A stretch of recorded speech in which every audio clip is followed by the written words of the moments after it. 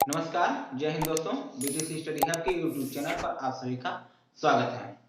दोस्तों, जैसा कि हम लोगों ने जो है पिछले वीडियो में देख ही लिया था कि गणित में जो है कहाँ कहाँ से आपके किस तरीके के प्रश्न पूछे जाते हैं और कितना कितना कौन से प्रश्न पूछे जाते हैं। तो उन्हीं प्रश्नों के क्रम में सबसे पहले जो शुरू करने वाले हैं वो है आपका आंकिक प्रश्न। तो आंकिक प्रश्न के अंतर्गत जो जो चीजें आपके जो है सिलेबस के हिसाब से यदि देखा जाए, जो आपके महत्वपूर्ण रहेंगे उन्हीं पर केवल चर्चा की जाएगी। ठीक है, बाकी चीजें अन्य चीजें चलती रहेंगी, लेकिन जो जिनका एग्जाम होने वाला है अभी 16-17 से जो भी जिनका एग्जाम होने वाला है, तो उनके लिए जो बेहद इंपॉर्टेंट रहेगा उसको जो हम यहाँ पर ले रहे हैं। जैसे यहाँ पर आप मेरे पीछे देख रहे होंगे कुछ क्वेश्चन लिखे हुए हैं, ठीक है। तो इन्हीं क्वेश्चनों के आधार पर आपकी व्याख्या की जाएगी और उससे संबंधित जितने भी तथ्य रहेंगे उसको बताया जाएगा। क्योंकि आप यदि हम सिलेबस जब पढ़ना शुरू करेंगे तो वो पूरा नहीं हो पाएगा और उसमें आपको बहुत समय लग जाएगा। तो इसलिए जो बेहद इंपॉर्टेंट है, जो मुख्य तथ्य रहेंगे उन्हीं को यहाँ पर रिपीट किया जाएगा। ठीक है, तो चलिए हम लोग शुरू करते हैं। तो चलिए देखिए, यहाँ पर एक क्वेश्चन लिखा गया है कि संख्या और संख्यांक के विषय में निम्न में से कौन सा कथन सही है। ठीक है, देखिए आपके इसमें दो शब्द आया हुआ है। एक आया हुआ है क्या, संख्या आया हुआ है, और एक आया हुआ क्या, संख्यांक। ठीक है, ये क्वेश्चन आपके पूछा गया है तो संख्या से संबंधित है, तो इसलिए मैंने यहां पर इस क्वेश्चन को ले लिया है। ठीक, देखिए आपका जो लोग पेपर देने जा रहे हो बिल्कुल घबराए ना, बहुत ही सरल पेपर आने वाला है क्योंकि पहली बार कंप्यूटर के माध्यम से होगा। तो इसलिए जहां तक उम्मीद है कि वो पेपर ज्यादा से ज्यादा आप कर ले जाएंगे, सरल रहेगा। इसके लिए आप बेफिक्र रहिए कि क्या होता है, बहुत कठिन आएगा, बहुत सरल आएगा। तो देखिए संख्या क्या होता है और संख्यांक क्या होता है, दोनों चीजें देख लीजिए। जिससे कुल कितनी वस्तुएं हैं का ज्ञान प्राप्त होता है वो क्या कहलाती है, संख्या कहलाती है। जैसे जैसे यहां पर कुछ वस्तुएं ऐसे रख दी गई हैं, मान लेते हैं ऐसे वस्तुएं रख दी गई है ना। अब ये कुल कितनी वस्तुएं हैं जिसका बोध होता है या जिन शब्दों से बोध होता है वो क्या कहलाएगा, आपका संख्या कहलाएगी। ठीक है, अच्छा, एक दो तीन, तीन चार पांच ये हुए ना। तो ये कुल 5 संख्याएं हैं। तो कुल वस्तुएं कितनी है, 5, तो संख्या कितनी होगी, 5। ठीक है, बोध किसका हो रहा है, संख्या का, गणना का। अर्थात हम किसी चीज का जो गणना करते हैं उसका जो बोध होता है, अर्थात कुल कितनी वस्तुएं हैं। जैसे कहते हैं कि भाई गिन लो कितनी वस्तुएं हैं, या हमारे पास जो है इतना सामान है, तो ये जो हम लोग गिनते हैं वो क्या होता है, संख्या होता है। अब इन संख्याओं को हम जिन प्रतीकों के माध्यम से क्या करते हैं, निरूपित करते हैं इन संख्याओं को। जैसे यहाँ पर 1 2 3 4 लिखा गया है ना, ये एक क्या है, एक प्रतीक है। जैसे यहां पर हम जो हिंदी ही शब्द यहाँ पर जो वर्ण लिखे हुए हैं, जो शब्द लिखे हुए हैं, ये भी एक क्या है, प्रतीक है। ये ध्वनियों का क्या है, प्रतीक है। जैसे का उच्चारण करते हैं तो का हम इस तरीके से हमारे मुंह से निकलता है नहीं, ये क्या कर दिया गया, ये ध्वनियों का एक प्रतीक बना दिया गया है कि हम जो का ध्वनि निकालते हैं उसका प्रतीक इस तरीके से रहेगा। आ का जो हम लोग ध्वनि निकालते हैं उसका प्रतीक इस तरीके से रहेगा। तो ध्वनियों का जो प्रतीक बना दिया गया है, तो वैसे ही संख्याओं को क्या कर दिया गया है, प्रतीकों के माध्यम से क्या किया जाता है, व्यक्त किया जाता है। जैसे एक लिखा गया तो कुछ लोग जो है इस तरीके से लिखते हैं एक, कुछ लोग इस तरीके से भी लिखते हैं, कुछ लोग इस तरीके से भी लिखते हैं। ठीक है, तो ये सभी क्या है, ये सभी प्रतीक है। जैसे ये आपका अंग्रेजी का हो गया, ये आपका हिंदी का हो गया, ये आपका किसका हो गया, रोमन का हो गया। ठीक है, तो उर्दू का भी रहेगा। सभी भाषाओं का क्या है, अलग अलग प्रतीक और चिन्ह होते हैं। तो जिन प्रतीकों और चिन्हों के माध्यम से हम लोग क्या करते हैं, व्यक्त करते हैं या संख्याओं का निरूपण करते हैं, वो क्या कहलाते हैं, संख्यांक कहलाते हैं। ठीक है, दोनों चीजें क्लियर होगी ना। चलिए अब प्रश्न को देख लीजिए, यहाँ पर अभी और क्लियर हो जाएगा। कह रहा है कि संख्यांक एक प्रतीक है, बिल्कुल जैसे मैंने अभी आपको बताया, जिसे संख्या को प्रदर्शित करने के लिए प्रयोग किया जाता है। बिल्कुल, संख्या को किसके लिए प्रयोग, संख्यांक का प्रयोग किसके लिए किया जाता है, संख्या को प्रदर्शित करने के लिए, संख्या का निरूपण करने के लिए, संख्या को निरूपित करने के लिए। ठीक है, अब क्या कहता है, एक संख्या को विभिन्न संख्यांकों द्वारा प्रदर्शित किया जा सकता है। यही ढेर लोग कंफ्यूज थे, इसको आप समझ लीजिए, देख लीजिए। यहां पर क्या लिखा गया है, यहां पर 3 तरीके से लिखा गया है। एक को कितनी तरीके से लिखा गया है, 3 तरीकों से लिखा गया है। इसका मतलब क्या हुआ कि संख्या को विभिन्न कई तरीकों से हम लोग क्या कर सकते हैं, व्यक्त कर सकते हैं। ठीक है, तो जैसे ये हिंदी में हो गया, सॉरी ये अंग्रेजी में हो गया, ये हिंदी में हो गया, ये रोमन में हो गया, तीन तरीके से नहीं व्यक्त हो गया। तो अर्थात एक संख्या को हम लोग विभिन्न संख्याओं द्वारा प्रदर्शित कर सकते हैं। ठीक, तो ये भी कथन सही है, ये भी कथन सही है। अब विकल्प कौन सा चुनना है, तो ध्यान से देखिए, ए शुद्ध है, बी अशुद्ध है, तो ये विकल्प होगा नहीं। देखिए अब यहां पर आपको कुछ चीजें वहां पर कठिनाई होने वाली है। कठिनाई क्या होने वाली है कि जैसे आपके सामने पेपर मिलता था तो आप प्रश्न को वहां पर जो भी आपका आंसर नहीं रहता तो उसको काट देते थे। ठीक है, आप काटते जाते थे, जो सही रहता था अपने आप मिल जाता था। लेकिन कंप्यूटर पर तो हम लोग काटेंगे नहीं कि भैया चलो यहां से खचा खचा कर दो। ठीक है, तो आपको क्या करना पड़ेगा कि अब वहां पर आपको वो विकल्प छोड़ना पड़ेगा। आपको देखिए ऐसा नहीं कि कभी कभी कोई क्वेश्चन रहेगा डायरेक्ट आपको उसका उत्तर मिल जाएगा, लेकिन कोई क्वेश्चन नहीं मिलेगा तो आपको वहां पर थोड़ा सा तर्क वितर्क करना पड़ेगा। ठीक है, जैसे यहाँ पर प्रश्न आप करिएगा वहां पर भी इसी तरीके से अपने मन में करिएगा कि ए शुद्ध है बी शुद्ध है, ये तो नहीं होगा, काट दिए, अपने मन में कट गया ना। ठीक है, अगले पे चलते हैं, बी शुद्ध है ए शुद्ध है, बिल्कुल नहीं, ये भी नहीं हुआ। ठीक है, ए और बी दोनों दोनों शुद्ध है, ए और बी दोनों क्या है, शुद्ध है, यही हमारा क्या हो गया, विकल्प हो गया। आगे अशुद्ध आ गया, अशुद्ध का मतलब नहीं। ठीक है, तो हमारा पहला भी विकल्प सही और दूसरा भी विकल्प सही है, अर्थात यहाँ पर सी वाला विकल्प सही है। तो आपको प्रश्न इस तरीके से करने हैं। ठीक है, वहां पर विश्लेषण अर्थात वहां पर तर्क वितर्क करते हुए आपको क्या करना है, प्रश्न को हल करना है। ठीक, तो मेरे ख्याल से आप संख्या और संख्यांक को समझ गए होंगे। जिससे किसी चीज का बोध होता है, कितनी कुल संख्याएं हैं, जिसका बोध होता है, जिससे बोध होता है, वो क्या कहलाएगी, आपकी संख्या कहलाएगी। और संख्या को हम लोग जिन चिन्हों के माध्यम से क्या करते हैं, व्यक्त करते हैं या निरूपित करते हैं, वो क्या कहलाएगा, आपका संख्यांक कहलाएगा, जैसा कि यहाँ पर प्रश्न में लिखा गया है। ठीक है, फिर से रिपीट करना होगा तो आप वीडियो को पुनः फिर से रिपीट करके आसानी से आप समझ सकते हैं। ठीक, चलिए अब हम लोग जो है थोड़ा सा संख्याओं के बारे में पढ़ लेते हैं, क्योंकि संख्याओं से प्रश्न आपसे पूछे जाते हैं और कई बार भी पूछे गए हैं। ठीक है, तो चलिए देखिए, आपको जो है आप संख्याओं के बारे में जानते ही होंगे, उसमें आपको ज्यादा कुछ करना नहीं है, लेकिन कुछ तथ्य हैं जिन्हें आपको याद रखना होगा। ठीक है, तो आइए चलिए हम लोग देख लेते हैं संख्याओं के बारे में फटाफट, और इससे संबंधित हम लोग तथ्यों को ही देखेंगे, बाकी आप लोगों के पास जानकारी है। ठीक है, आपको बस वही तथ्य याद रखने हैं। देखिए सबसे पहले आपकी जो आती है कौन सी, प्राकृतिक संख्या। कौन सी आती है आपकी सबसे पहले, प्राकृतिक संख्या। तो देखिए प्राकृतिक संख्या कहां से शुरू होती है, तो एक से शुरू होकर और अनंत तक जाने वाली संख्या क्या कहलाती है, प्राकृतिक संख्या। 1 2 3 4 ये आपकी कैसी संख्या कहलाएगी, प्राकृतिक संख्या। ठीक है, इतना तो सभी को जानकारी है। अब इसमें देखिए, इसमें जो आपको तथ्य याद रखने हैं, पहला तथ्य ये है कि ये संख्या क्या होती है, धनात्मक होती है। आप देखिए संख्या क्या होती है, धनात्मक होती है। ठीक है, दूसरी बात कि सबसे छोटी प्राकृतिक संख्या, सबसे छोटी प्राकृतिक संख्या क्या होती है, 1। अच्छा, यहां पर एक और प्रश्न बनता है कि प्राकृतिक संख्या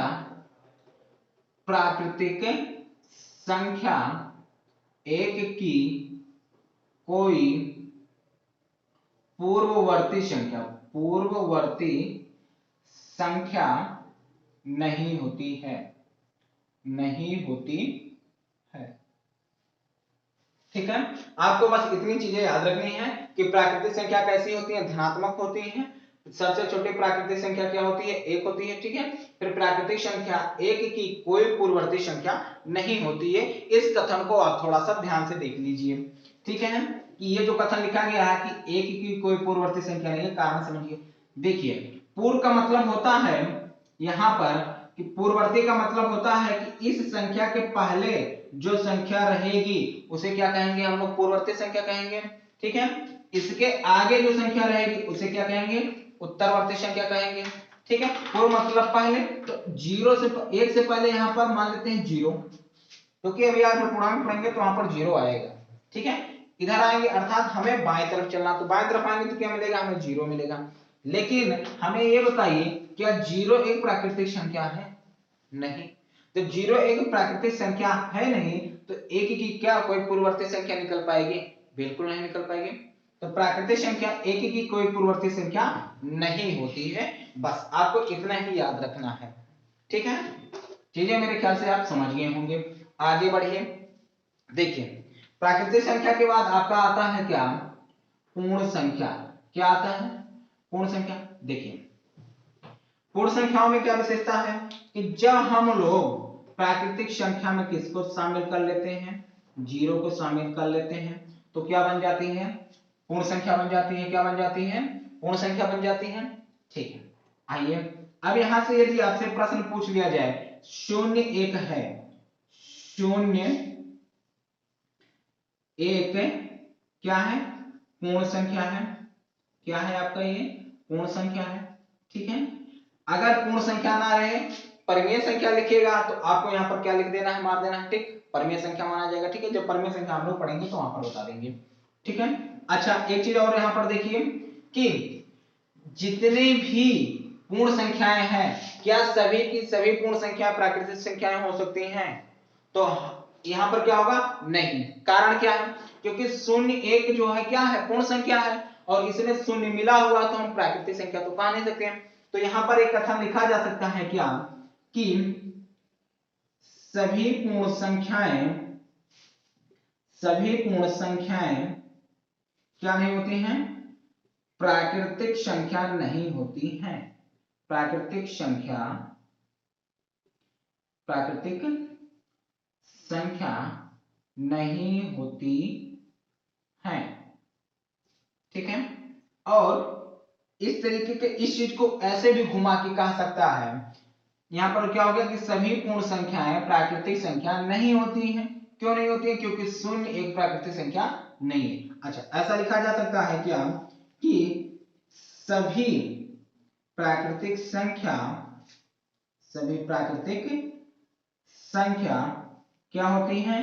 पूर्ण संख्याएं होती हैं। पूर्ण संख्या या पूर्ण संख्या होती है, ऐसा लिखेंगे। सही रहेगा। सभी प्राकृतिक संख्याएं पूर्ण संख्याएं होती हैं। पूर्ण संख्याएं होती हैं। ठीक है, इस चीज को आप याद रखिए, क्योंकि यहां से आपसे प्रश्न पूछे जाते हैं और इस पर आधारित देखिए आपको कुछ समय के लिए ये लग रहा होगा, बोरिंग लग रहा होगा कि ये सब क्या पढ़ना है, ये तो हमें आता है। यहीं से आपसे प्रश्न घुमा देता है और हमें कुछ नहीं आता है, वही वाली हाल हो जाता है। ठीक है, तो इसलिए इसको आप विशेष रूप से याद रखिए, इन कथनों को आप ध्यान रखिए। देखिए क्या होता है, कथन हमें काफी कंफ्यूज करते हैं। जैसा आप लोग देखे होंगे टेट के पेपर में एक प्रश्न पूछा गया था, परिमेय और अपरिमेय संख्या, उसमें भाज्य भाज्य से मिला के साथ पूछा गया था। प्रश्न हमें याद नहीं आ रहा है, वहां से आपसे एक कथन वाला प्रश्न पूछा गया था, बहुत ही जबरदस्त प्रश्न था। शायद परिमेय संख्याओं के बारे से ही था, परिमेय संख्याओं के बारे से था। ठीक है, वहां से वो कथन बनाया गया था। तो इन कथनों को याद रखना है, इन कथनों से हमें प्रश्न पूछे गए हैं और हर साल इन कथनों से प्रश्न पूछे भी गए हैं। अभी हम क्वेश्चन आपको करवाएंगे कि किस तरीके से आपसे कथन पर आधारित प्रश्न पूछे जाते हैं। जैसा अभी मैंने आपको पहला क्वेश्चन करवाया, वहां पर कथन पर आधारित तो प्रश्न पूछे गए थे। तो ये कथन आपके सरल होते हैं, बस आपको तर्क के आधार पर इसको याद रखना है। जैसे यहाँ पर क्या है कि जितने भी यदि प्राकृतिक संख्या है सभी को हम कह सकते हैं पूर्ण संख्याएं हैं। ठीक है, लेकिन जितने भी पूर्ण संख्याएं हैं इन्हें हम नहीं कह सकते कि ये सभी की सभी क्या है? पूर्ण संख्याएं हैं। उसमें कुछ पूर्ण है तो कुछ प्राकृतिक भी है। ठीक है, ये चीज आपको याद रखनी है। ठीक, चलिए इसको आप नोट कर लीजिए, स्क्रीनशॉट लेना चाहते हैं तो स्क्रीनशॉट ले लीजिए फटाक से। ठीक है, तो इस तरीके से आपको इन कथनों को याद रखना है। चलिए आइए अगली संख्या की तरफ हम लोग बढ़ते हैं। तो अगली संख्या है आपकी पूर्णांक। क्या है आपकी? पूर्णांक संख्या है। ठीक है, चलिए देखिए थोड़ा सा हम लोग लिखने का कम प्रयास करेंगे, समझने का ज्यादा प्रयास करेंगे और लिखेंगे वो भी किसके रूप में? पूर्णांक संख्या। हम लोग लिखेंगे इसे शॉर्टकट के रूप में। ठीक है, ये संख्या लिखा गया है, थोड़ा सा स्पष्ट लिख दें हम। ठीक है, ये आपकी क्या है? संख्या। ठीक, देखिए ग्राफ के माध्यम से हम लोग समझ लेते हैं, ज्यादा इसमें हम लोग कुछ करेंगे नहीं। आपकी संख्या माइनस से शुरू होती है, अनंत से, -3, -2 -1 0 1 2 3 ये इधर ऐसे, ठीक है। तो इस पे थोड़ा सा ध्यान दीजिए कि माइनस अनंत से लेकर और -1 तक, ठीक है, और +1 से लेके +अनंत तक ये दो डिवाइड कर दिया जाता है। तो इस तरीके से पूर्णांक को 3 भागों में बांट दिया जाता है। कैसे कैसे? शून्य को हम लोग क्या कर लेते हैं, अलग कर लेते हैं, ठीक है, शून्य को हम लोग क्या कर लेते हैं, अलग कर लेते हैं। तो अब देखिए शून्य के जो बाईं तरफ है, शून्य के जो बाईं तरफ है वो आपकी कैसी संख्या कहलाएगी, ऋणात्मक है, क्योंकि देख लीजिए इधर सभी के सभी माइनस है। तो यहाँ पर हम कहेंगे ऋणात्मक पूर्णांक। क्या कहेंगे हम इसे, ऋणात्मक पूर्णांक। और इसके इधर जो दाहिनी तरफ संख्या है इसे हम लोग क्या कहेंगे, धनात्मक पूर्णांक। क्या कहेंगे, धनात्मक पूर्णांक कहेंगे, ठीक है। चलिए ये चीज स्पष्ट हो गई ना। अब देखिए शून्य की क्या खासियत है। शून्य एक तो आप पूर्णांक पढ़े हुए होंगे, शून्य एक पूर्णांक संख्या, ये तो आप लोगों ने अभी देखा। अब और भी देख लीजिए खासियत क्या होती है इसकी। तो ये कहता है कि भाई हम ना तो क्या होते हैं, ना तो प्लस होते हैं और ना तो क्या होते हैं हम लोग ऋणात्मक होते हैं, ठीक है। अर्थात यहां पर हम लोग ऐसे, हम देखिए ग्राफ के माध्यम से हम बता दे रहे हैं, प्लस माइनस, कटपुट का मतलब होता है नहीं होता है प्लस माइनस। अर्थात ये क्या होता है, ना तो प्लस होता है और ना ही, चलिए बाद में कंफ्यूज हो जाएंगे, इससे अच्छा है कि आप लोग लिख लीजिए, क्योंकि अभी समझ रहे हैं तो आप याद रहेगा, बाद में कंफ्यूज है। ना तो धनात्मक ना तो ऋणात्मक, ठीक है, ऐसे समझिए। ना तो धनात्मक ना तो ऋणात्मक होता है, अर्थात शून्य ना तो धनात्मक होता है और ना ही ऋणात्मक में होता है। तो जैसे आपसे एक जो है प्रश्न ऐसे पूछा जा सकता है, जैसे आपसे आपसे पूछा जाता है एक प्रश्न, क्या कि 0 1 -2 4 -6, ठीक है, ये आपकी कुछ संख्याएं हैं, संख्या है, ठीक है। इनका इनका अध्ययन करके, इनका अध्ययन करके निम्न कथनों में से सही कथन का चुनाव करें, ठीक है। संख्या इतना का अध्ययन करके, निम्न का अध्ययन करके निम्न कथनों में से सही कथन का चुनाव करें। तो जैसे आपसे पहला जो है विकल्प आ गया कि 0 1 4 धनात्मक संख्या है, धनात्मक संख्या है, ठीक है। बी आ गया 0 -2 -6 ऋणात्मक संख्या है, ठीक है, कैसी संख्या है, ऋणात्मक संख्या है, ठीक। अच्छा अगला आ गया सभी संख्याएं कैसी संख्याएं हैं, पूर्ण संख्याएं हैं, पूर्ण संख्याएं हैं, ठीक है। और लास्ट में एक विकल्प आ गया आपका कि 1 4 एक धनात्मक पूर्णांक है, ठीक है, धनात्मक पूर्णांक है। अब यहां पर देखिए ये आपका ये कथन आप यहां पर देखने का प्रयास करिए। देखिए 0 1 और 4 धनात्मक संख्या है, तो अभी मैंने आपको बताया ना तो धनात्मक में होता ना तो ऋणात्मक में होता, तो ये दोनों पक्ष में कैसे हो गया भैया, उनकी पार्टी में नहीं जाना है। आप जो है समझ लीजिए कि चुनाव जब होता है तो उसमें कई तरह के उम्मीदवार आते, उसमें एक आता है क्या कि वो जो अकेले खड़े होते हैं निर्दलीय, ठीक है, ये किसी के पक्ष में ना तो धनात्मक के पक्ष में रहेगा ना तो ऋणात्मक में पक्ष में रहेगा। अर्थात आप समझ लीजिए राजनीति में दो तरीके से, एक सत्ता पक्ष एक विपक्ष होता है, ठीक है, और जो बीच वाले होते हैं वो होते हैं निर्दलीय, ना तो सत्ता पक्ष की तरफ रहते हैं ना तो विपक्ष की तरफ रहते हैं, वो होते हैं क्या, निर्दलीय। तो समझ लीजिए वही कि भैया इनको सत्ता पक्ष समझ लीजिए, इनको सत्ता पक्ष, इनको विपक्ष समझ लीजिए, और बीच वाला क्या हो जाता है, निर्दलीय। तो यहाँ पर शून्य इस धनात्मक वाले में, वो अब कुछ लोग सोच रहे होंगे नहीं गठबंधन, अरे गठबंधन नहीं करना है, ठीक है, हाँ यहाँ पर गठबंधन नहीं करना है, ठीक है, यहाँ पर गणित लगाना है, ये क्या हो जाएगा, धनात्मक के पक्ष में नहीं जाएगा, ठीक है। हाँ, और ये देखिए यहाँ पर ऋणात्मक भी पक्ष में आ गया, भाई दोनों तरफ में तो रहेंगे नहीं, भैया कहेंगे वो उसी पार्टी में इसी पार्टी में भी है, दोनों को बात इधर उधर खुरापात करेगा, इसका मतलब इसे बाहर निकाल दो, ठीक है। तो अब ये क्या हो जाएगा, जीरो दोनों में पक्ष में चला गया ना, ये तो विकल्प का सही नहीं होगा। फिर आपको कौन सा सही होगा, अब देखिए सभी संख्याएं पूर्णांक संख्याएं हैं, तो देखिए पूर्ण और पूर्णांक में अंतर है, ठीक है। शून्य से लेकर अनंत तक चलने वाली संख्याएं वो आपके क्या कहलाएंगी, पूर्णांक, वो पूर्ण संख्या कहलाएंगी, ठीक है। और पूर्णांक क्या होता है, माइनस से शुरू होता है और प्लस अनंत तक चलता है, ठीक है। प्लस माइनस अनंत से लेकर प्लस अनंत तक की संख्याएं आपके क्या कहलाएंगी, पूर्णांक कहलाएंगी, जिसमें आपके धनात्मक और ऋणात्मक दोनों संख्याएं आएंगी, साथ ही शून्य भी आएगा, ठीक है। तो यहाँ पर क्या कहा गया है कि 1 4 1 क्या है, धनात्मक पूर्णांक है, और यही हमारा क्या हो जाएगा, आंसर हो जाएगा। अब यहाँ पर ये शब्द को पकड़िएगा, पूर्ण और पूर्णांक, बहुत सारे लोग कंफ्यूज होते हैं, ठीक है। तो इस तरीके से आपसे जो है प्रश्न पूछे जा सकते हैं, ठीक। चलिए अब आगे बढ़ते हैं हम लोग। इसमें जो है कथन आपको जो है कुछ खास लिखना नहीं है, ठीक है, जो कथन था यही लिख दिए हैं।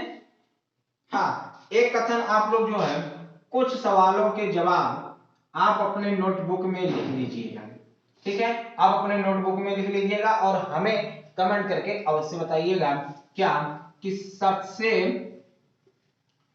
छोटा या सबसे छोटा या सबसे छोटी पूर्णांक संख्या, पूर्णांक संख्या, इसको हमें कमेंट करके बताइएगा।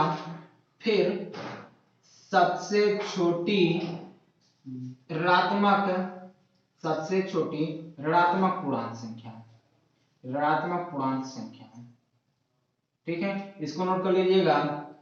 सबसे छोटी धनात्मक पूर्णांक संख्या, ठीक है।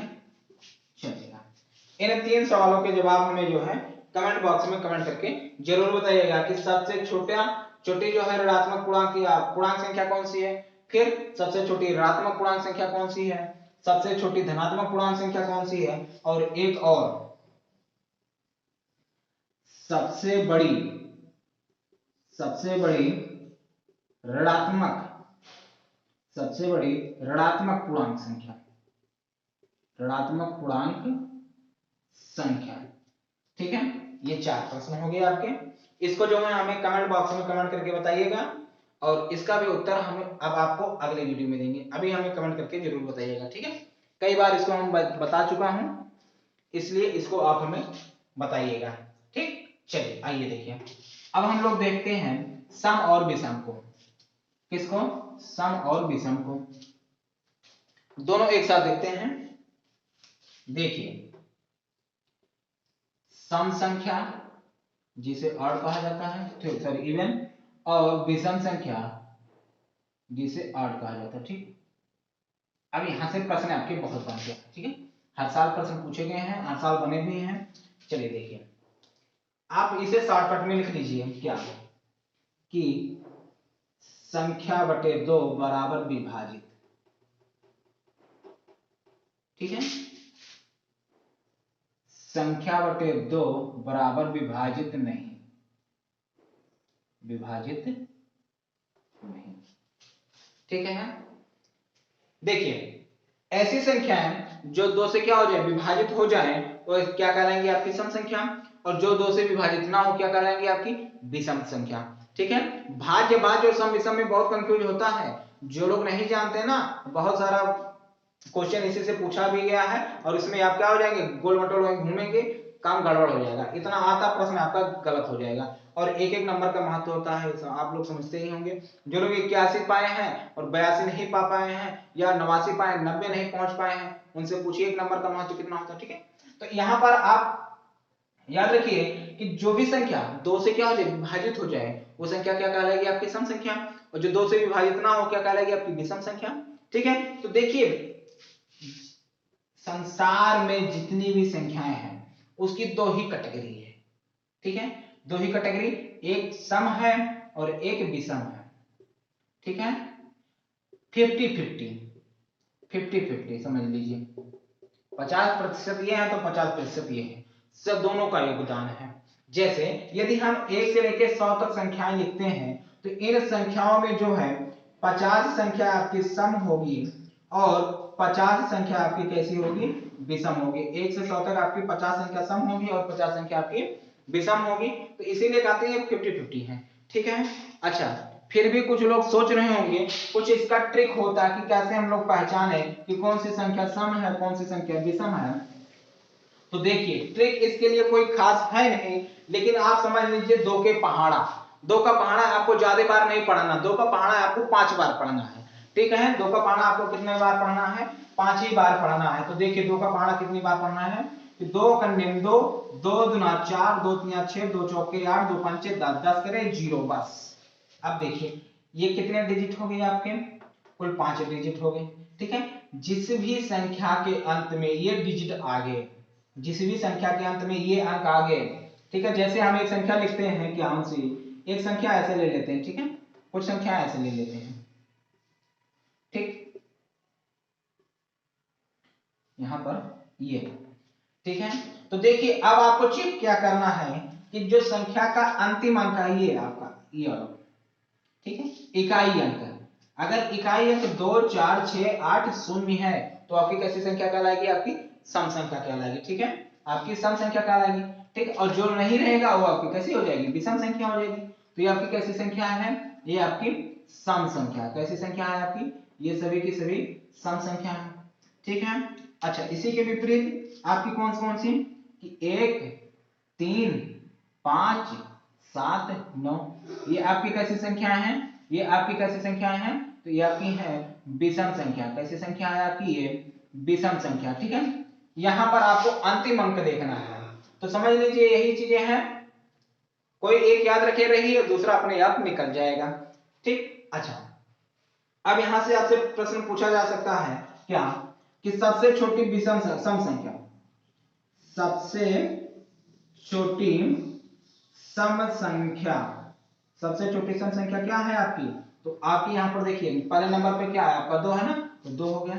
यहां से आपसे पूछा जाए यदि क्या कि सबसे छोटी विषम संख्या, सबसे छोटी विषम संख्या, ठीक है, विषम संख्या, तो आपका क्या हो जाएगा 1। ठीक है, सबसे छोटी विषम 1।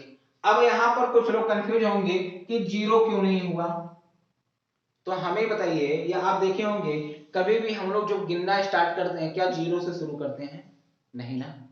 भले से आप जो है कोई दुकानदार आता है गल्ला लेने के लिए या धान गेहूं तोड़ने के लिए आता है, तो शुरू कहां से करता है, पहले करता है राम राम राम राम कहेगा, फिर उसके बाद 2 शुरू करता है, राम मतलब 1।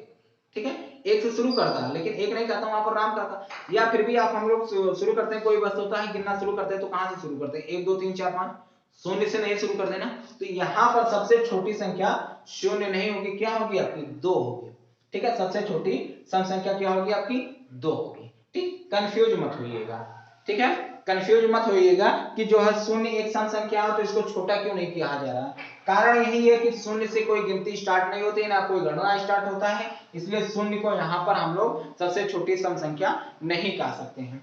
ठीक है। अच्छा, और देखिए जो सबसे ज्यादा पूछा जाने वाला एक प्रश्न है क्या कि दो संख्याओं में कि दो सम संख्याओं के मध्य अंतर, दो सम संख्याओं के, या आप कह सकते हैं क्रमागत, ऐसा लिखिए तो ज्यादा बेटर रहेगा, ऐसा लिख दीजिए, दो क्रमागत सम संख्याओं के मध्य अंतर बराबर कितना होता है, 2 का होता है। ठीक है, ऐसे ही यहां पर आप लिख सकते हैं इसमें भी कि दो क्रमागत विषम संख्याओं का अंतर बराबर 2। ठीक है, इसको आप समझिए, दो क्रमागत सम संख्या ले लीजिए, तो दो क्रमागत क्या है 2 4 6, ठीक है, यही तो है। तो इन दोनों के बीच अंतर देखिए कितना है, तो अंतर कितने का निकल कर आ रहा है, 2 का निकल कर आ रहा है ना। दो क्रमागत विषम संख्या ले लीजिए, 1 और 3 ले लीजिए, ठीक है, इन दोनों के बीच अंतर कितना आ रहा है, 2 आ रहा है। तो चाहे आपकी सम संख्या हो जाए चाहे आपकी विषम संख्या हो जाए, दोनों के मध्य अंतर कितना होता है, 1 का हो 2 का होता है। ठीक है। अच्छा, यदि आपसे यहीं पर पूछ लिया जाए, नोट में आप करके लिख लीजिएगा, जगह नहीं है नीचे, तो आप नोट में करके लिख लीजिएगा क्या, कि दो क्रमागत संख्याओं के मध्य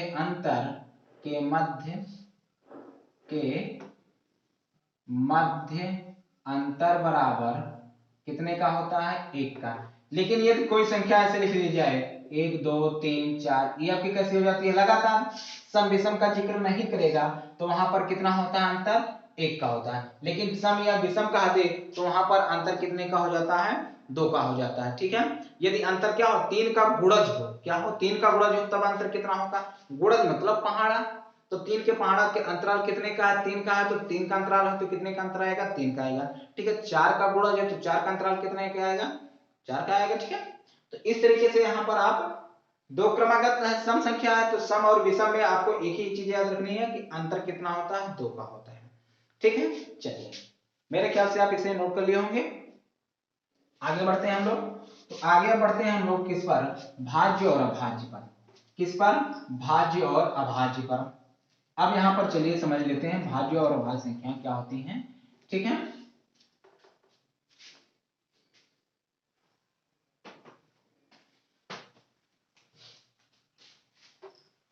भाज्य अभाज्य, ठीक है, दोनों एक साथ हम लोग देखते हैं, भाज्य संख्या अभाज्य संख्या। ठीक है, अच्छा यहां पर लिख लेते हैं हम लोग क्या, कि संख्या बटे 2 से अधिक, ऐसे लिखिए, शॉर्टकट में ऐसे नहीं गड़बड़ हो जाएगा, संख्या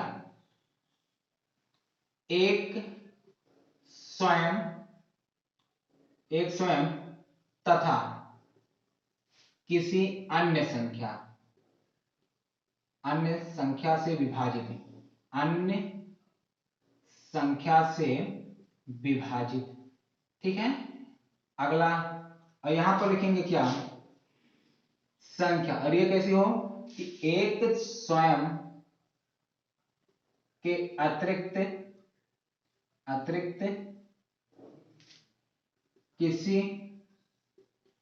अन्य संख्या से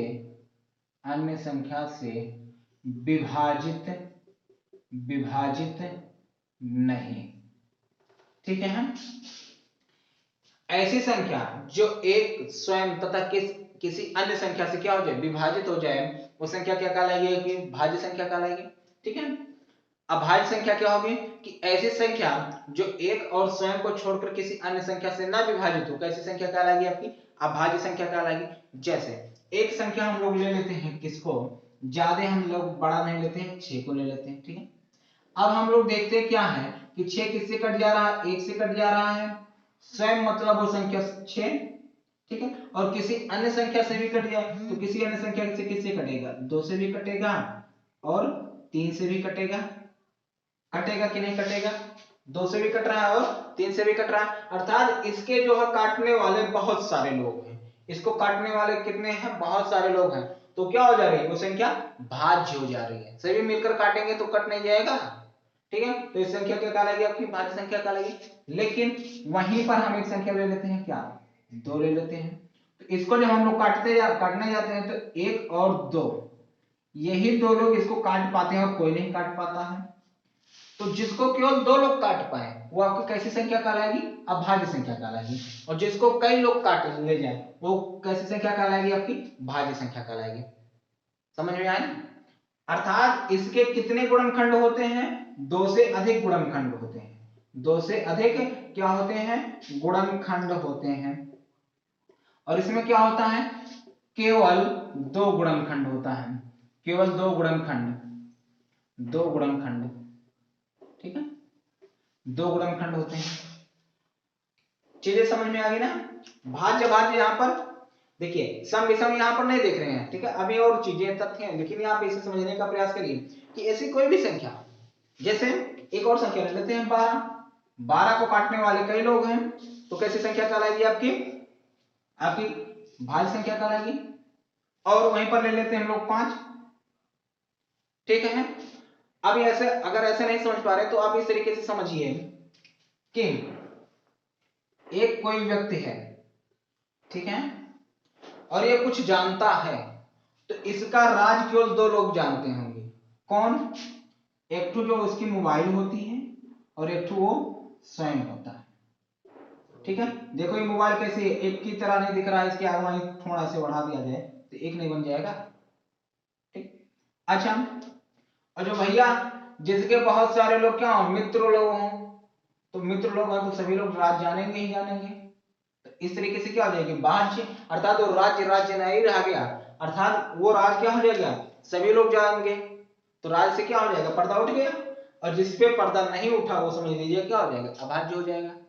ठीक, तो भाई आप और आपके मोबाइल के सिवाय अगर आपका राज कोई और नहीं जानता है तो फिर वो कोई नहीं जान पाएगा और रहस्यमय बना रहेगा। और जब वो चीजें जान गए तो रहस्यमय फिर कहाँ रह गया।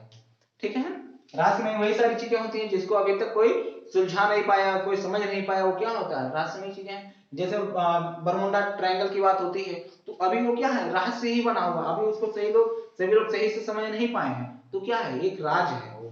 ठीक, तो इस तरीके से आप समझ जाइए। ठीक है, कि जिसको जो है काटने वाले केवल दो लोग हों वो आपकी अभाज्य संख्या, और जिसको काटने वाले बहुत सारे लोग हों, ठीक है, वो कैसी संख्या कहलाएगी, आपकी भाज्य संख्या कहलाएगी। ठीक है, अच्छा, अब यहां पर देखिए एग्जाम्पल के रूप में, ठीक है, एग्जाम्पल के रूप में हम यहां पर लिख दे रहे हैं एग्जाम्पल 4, 6, 8, 9, 10, ऐसे कहां तक, अनंत तक। ठीक है, फिर इसमें एग्जाम्पल के रूप में आपका 2, 3, 5, 7, 11, 13, 17, ऐसे कहां तक, अनंत तक। ठीक है, अब इसमें आप कुछ देखे होंगे कि मैंने यहां पर 4 से स्टार्ट किया, यहां पर 2 से स्टार्ट किया, फिर 1 कहां गया। ठीक है, अब यहां पर देखिए, अभी हम लोगों ने शून्य के बारे में देखा, किसके बारे में, शून्य के बारे में। ये क्या होता है, ना तो प्लस होता है और ना ही माइनस होता है, इन दोनों में कुछ भी नहीं होता है। अब ऐसे ही एक की एक खासियत है, क्या, ना तो ये भाज्य होता है और ना ये क्या होता, अभाज्य होता है। ठीक, एक ना तो भाज्य होता है और ना ही अभाज्य होता है। अगर ऐसे आप लिखना चाहें तो ऐसे लिख सकते हैं। ठीक है, फिर भी हम इसको कथन के रूप में लिख दे रहे हैं। ठीक है, यहां पर आप कथन के रूप में लिख लीजिए, क्या, पहला पॉइंट, एक ना तो भाज्य होता है और ना तो अभाज्य होता है। ठीक है, अच्छा, इसका कारण क्या है कि एक जो है ना तो भाज्य होता है ना तो अभाज्य होता है। तो यहां पर देखिए, अभाज्य संख्या और अभाज्य संख्या के लिए शर्त है कि कम से कम 2 गुणनखंड होने चाहिए। कितने गुणनखंड होने चाहिए, 2 गुणनखंड होने चाहिए। और एक का बताइए कितने गुणनखंड है, एक को काटने वाला वही स्वयं है और कोई नहीं। समझ लीजिए इसके पास मोबाइल वोबाइल कुछ नहीं, ये आदिमानव है। ठीक है, कौन है, आदिमानव, तो आदिमानव के पास मोबाइल थोड़ी ना था। ठीक है, तो ये आदिमानव है, तो आदिमानव तो इसका मतलब क्या होगा, ना तो भाज्य में आएगा ना ही अभाज्य में आएगा। ठीक है, तो इसलिए ये ना तो भाज्य होता है और ना ही अभाज्य होता है। अच्छा, अब यहां पर आइए देखिए, अब यहां से आप देखे होंगे, यहां से मैंने शुरू से किया है, लिखा ना, 2 से शुरू किया है, तो सबसे छोटी अभाज्य संख्या क्या होगी, 2। अब फिर कुछ लोग कंफ्यूज आ गए होंगे कि यहां पर 2 कैसे अभाज्य हो गया। अरे यहां पर देखिए थोड़ा सा कि 2 को देखिए काटने वाले कितने लोग हैं, हाई 1 है, हाई 2 है, ये 2 लोग हैं काटने वाले और कोई नहीं काट पाएगा। तो इसके लिए कम से कम कितने 2 गुणनखंड हो गए। अगर 3 गुणनखंड होते तो क्या यहां भाग जाता, है यहां भाग जाता है, यहां। ठीक है, भाज्य के भाग जाता है ये। ठीक है, लेकिन भाग रहा कहां, ये यही है तो ये क्या है, ये सम है, लेकिन इसके केवल 2 गुणनखंड है, इसीलिए किसकी कैटेगरी में आ गया, अभाज्य की कैटेगरी में आ गया। तो अब यहां से आपका एक और पॉइंट बन गया, क्या, कि सबसे छोटी अभाज्य संख्या क्या होती है। तो सबसे छोटी अभाज्य संख्या आपकी क्या होगी, 2। और 2 कैसा है, सम है ना। तो अगर यहीं पर हम कुछ ऐसा लिख दें कि समअभाज्य, समअभाज्य, समअभाज्य, तो क्या होगा आपका, 2 ही तो होगा। ये सम भी है और सबसे छोटी संख्या भी है, लेकिन सम आ गया तो कहेगा भैया विषम का नाम भी ले लो। तो देखो भैया विषम का भी नाम ले रहे हैं। तो विषम संख्या कौन सी होगी, सबसे छोटी विषम अभाज्य संख्या क्या होगी। तो देखिए 2 आपकी कैसी संख्या, सम, तो ये आपका होगा, नहीं तो फिर क्या मिलेगा आपको 3। तो सबसे छोटी विषम संख्या क्या मिल जाएगी आपको, 3 मिल जाएगी। ठीक है। अच्छा, अब यहां से आपसे पूछा जा सकता है कि सबसे छोटी भाज्य संख्या क्या होती है। अब यहां पर हम लोग बात कर लेते हैं किसकी, भाज्य संख्या। ऐसे सबसे छोटी भाज्य संख्या क्या होगी आपकी, 4 होगी। क्या होगी, 4। क्यों, क्योंकि 1 दोनों में नहीं रहता, 2 ये तो अभाज्य संख्या है, 3 ये भी अभाज्य संख्या, तो बचता क्या, फिर 4, क्योंकि 4 को काटने वाले कम से कम 3 लोग हैं। ठीक है, और जिसके पास कम से कम 3 लोग हो आपकी भाज्य संख्या में आएगा। ठीक है। अच्छा, 4 होगी, और 4 कैसी संख्या, सम भी है ना। तो यहां पर लिख सकते हैं क्या कि सबसे छोटी समभाज्य संख्या, समभाज्य संख्या क्या होगी, 4। ठीक है। चलिए इतना पॉइंट लिखिए, फटाफट लिख लीजिए, नोट कर लीजिए।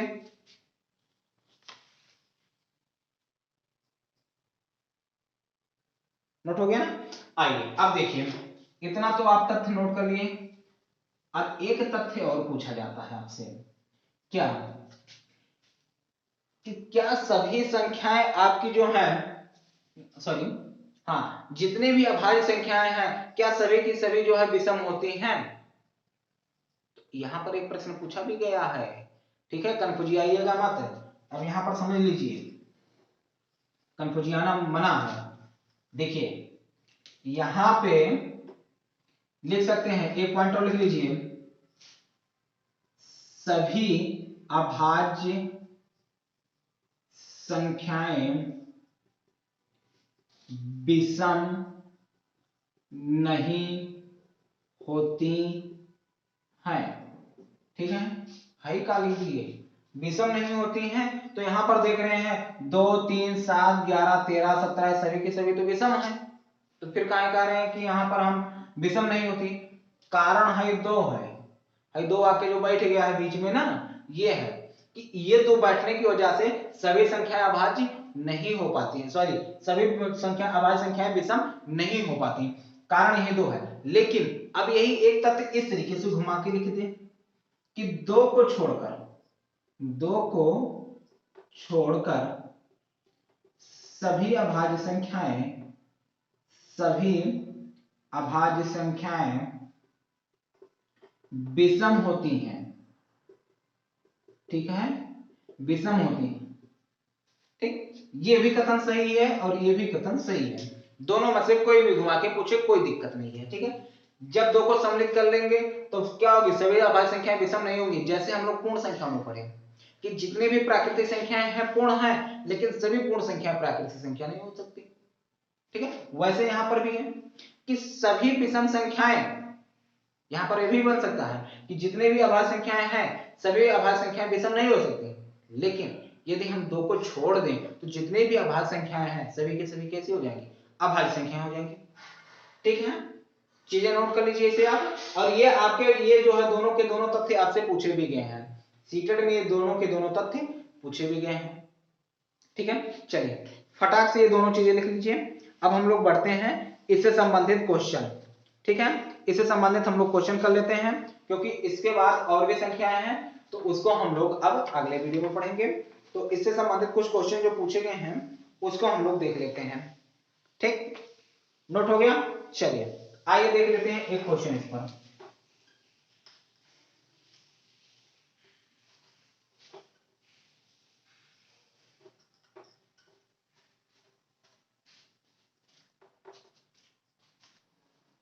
चलिए आइए देखिए, अभी तक जो हम लोगों ने पढ़ा उस पर आधारित कुछ प्रश्न हैं, उन प्रश्नों को हमें कैसे हल करना और किस तरीके से प्रश्न आते हैं वो भी देख लीजिए। देखिए यहाँ पर जो है आपका क्वेश्चन नंबर दूसरा, पहला मैंने करवा दिया था स्टार्टिंग में ही। ठीक, क्वेश्चन नंबर दूसरा, निम्न कथनों में से कौन सा कथन सत्य है या सही नहीं है। यहाँ पर देखिए, यहाँ पर क्या कह रहा है, निम्नलिखित में से कौन सा कथन सही नहीं है, अर्थात यहाँ पर नहीं पूछ रहा है था कौन सा ऐसा कथन है जो गलत है। ठीक है, क्या कह रहा है कि सभी अभाज्य संख्याएं विषम संख्याएं होती हैं। तो जैसा मैंने अभी बताया कि सभी अभाज्य संख्याएं विषम नहीं होती है, क्यों, क्योंकि उसमें आपका 2 आ जाता है। तो ये कथन क्या हो गया, आपका गलत हो गया। फिर उसके बाद पूछा क्या जा रहा है कि अभाज्य संख्याएं अपरिमित रूप से अनेक हैं। अपरिमित मतलब असीमित, अनंत। तो अनंत रूप से क्या है, बहुत सारी संख्याएं आप ऐसे निकालते चले जाइए, आपको अनंत संख्याएं मिलते चले जाएंगी अभाज्य। ठीक है, तो ये भी आपकी संख्या, ये आपका कथन क्या हो जाएगा, सही हो जाएगा। अभाज्य संख्याओं के केवल 2 गुणनखंड होते हैं। मैंने कहा नहीं अभी कि अभाज्य संख्याओं को काटने वाले कितने जो है लोग होते हैं, 2 लोग होते हैं। ठीक है, एक लोग नहीं माना जाएगा क्योंकि एक वो इसी कैटेगरी में आता है। ठीक, एक अंक वाली केवल 4 अभाज्य संख्याएं हैं। तो देखिए कहां से शुरू होता है, 2 4, सॉरी अभाज्य आपको देखना है 2 3 5 7, उसके बाद 11, अर्थात एक अंक वाली कुल कितनी अभाज्य संख्या होंगी आपकी, 4। तो ये भी कथन आपका क्या हो गया, सही हो गया। तो इसमें से कौन सा कथन गलत है, यही था ना। तो आपका विकल्प कौन सा सही हो जाएगा, ये वाला विकल्प सही हो जाएगा। ठीक है, हम लोग यहाँ पर कथन सत्य कर रहे थे। ठीक है, लेकिन विकल्प आपका कौन सा सही है, ए वाला विकल्प सही है। ठीक है, ए वाला विकल्प आपका क्या है, यही विकल्प आपका सही है। ठीक, चलिए आइए देखेंगे नीचे यहाँ पर, निम्नलिखित में से कौन सा कथन सत्य है। ठीक, शून्य एक धनात्मक संख्या है, पार्टी कभी नहीं बदलेगा, ये तो गलत हो गया, ये आपका आंसर नहीं होगा। ठीक है, शून्य एक परमेय संख्या है, परमेय संख्या थोड़ा सा विचार कर सकते हैं। ठीक है, कंफ्यूजन हो रहा होगा कुछ लोगों को, लेकिन देखिएगा अभी सभी पूर्ण संख्याएं प्राकृतिक संख्याएं होती हैं, सभी पूर्ण संख्याएं प्राकृतिक संख्याएं होती हैं, होती हैं बिल्कुल नहीं, क्योंकि इसमें बैठा होता है 0 और 0 प्राकृतिक संख्या नहीं होती है। 2 क्रमागत सम संख्याओं का अंतर 1 होता है। अभी कितना लिखा है, 2 होता है ना। तो यहाँ पर ये भी कथन गलत हो गया, ये भी कथन गलत हो गया। तो यदि आप कंफ्यूज हो रहे थे तो यही आपका आंसर सही है। क्यों, क्योंकि शून्य एक परमेय संख्या और शून्य को हम लोग p by q के रूप में लिख सकते हैं, 0/1 नहीं लिख सकते हैं अंश और हर के रूप में। हर कभी 0 नहीं हो सकता, अंश 0 हो जाएगा चल जाएगा, लेकिन हर 0 नहीं होना चाहिए। ठीक है, वो संख्या क्या कहलाएगी, आपकी परमेय संख्या कहलाएगी। तो 0/1 तो लिख सकते हैं, तो इसलिए शून्य एक ऐसी संख्या है परमेय संख्या। अभी जब हम लोग परमेय संख्या के बारे में पढ़ेंगे तो वहां पर ये तथ्य आएगा, यहाँ पर पहले तथ्य आ गया। ठीक है, तो आप यहाँ पर ध्यान रखिए शून्य एक ऐसी संख्या है परमेय संख्या। तो आपका आंसर क्या सही हो जाएगा, बी वाला विकल्प। ठीक है, आइए देखिए क्वेश्चन नंबर 4 में, निम्नलिखित कथनों में से कौन सा कथन सत्य है। ठीक है, अच्छा ये वाला क्वेश्चन आपका थोड़ा सा समझने वाला क्वेश्चन है। ठीक है, इसको आप जो वीडियो रोककर नोट कर लीजिएगा। इस कथन को हमें इसको क्वेश्चन को हल करना, तो इसलिए यहाँ पर थोड़ा सा हल करने के लिए जगह बना दें।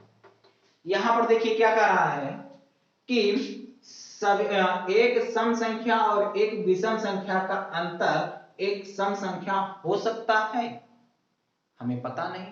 ठीक है, चलिए हम लोग ले लेते हैं, एक सम संख्या ले लेते हैं 2 और एक सम संख्या ले लेते हैं 3, और इन दोनों का अंतर आता है कितना, 1।